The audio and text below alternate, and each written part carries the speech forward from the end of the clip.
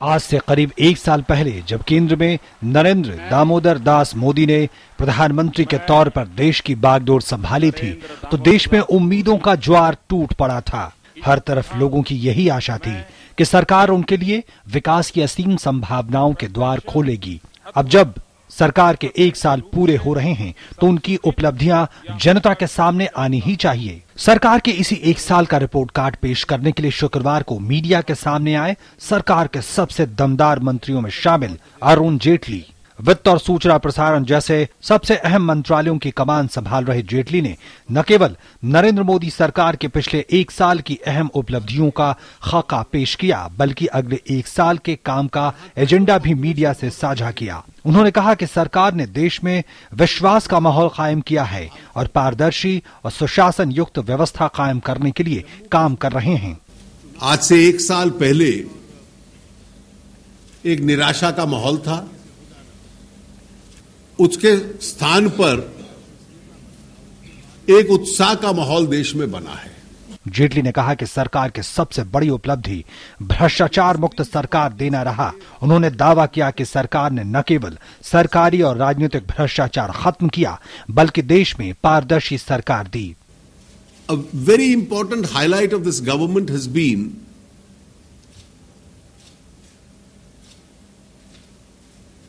to give a corruption-free administration to this country.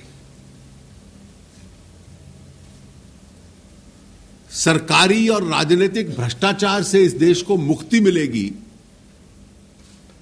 ये जो आम नागरिक की इच्छा है वो हमने एक वर्ष में करके दिखलाया है। सरकार के कामों का लेखा जोखा देते हुए जेटली ने कहा कि एक साल पहले देश में निराशा का माहौल था, जो अब खत्म हो गया है।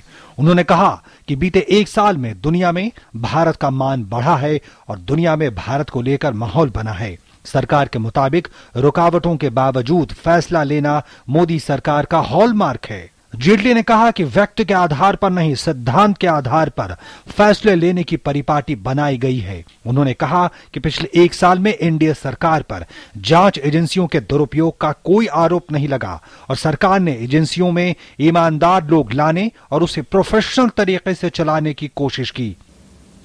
पिछले एक वर्ष में जो बार बार सुना जाता था कोई नहीं कह पाया, जैसे मैंने कहा कोई भ्रष्टाचार की बात नहीं कर पाया, तो इन्वेस्टिगेटिव एजेंसीज का दुरुपयोग होना, that is now an event of the past. तो इसलिए इन्वेस्टिगेटिव एजेंसीज में ईमानदार लोग आए, प्रोफेशनली वो चले, एक इस दिशा से एक व्यवस्था कायम करने का प्रयास हुआ है। सब्सिडी का जिक्र करते हुए वित्त मंत्री ने कहा कि नरेंद्र मोदी सरकार ने सब्सिडी को तर्कसंगत बनाया है। उन्होंने कहा कि किसान को सब्सिडी का लाभ मिले, इसके लिए सरकार के प्रयास जारी हैं और लीकेज को कम किया जा रहा है।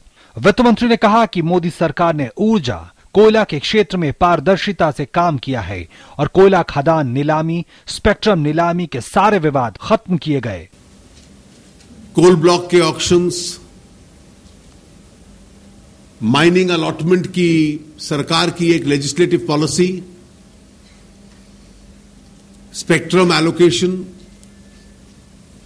जहां सारे विवाद खत्म कर दिए गए और इसका एक डायरेक्ट असर पड़ा कि आज से एक साल पहले देश के भीतर या बाहर से निवेश करने वाले को लगता था कि सरकार की जो निर्णय करने की प्रक्रिया है, the decision making process and mechanism of the government of India is so controversial and discretionary that even investors are prosecuted.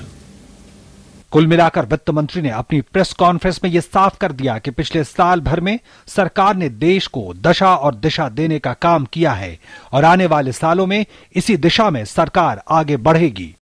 Ajay के साथ शैलेंद्र मिश्र की रिपोर्ट, डीडी न्यूज।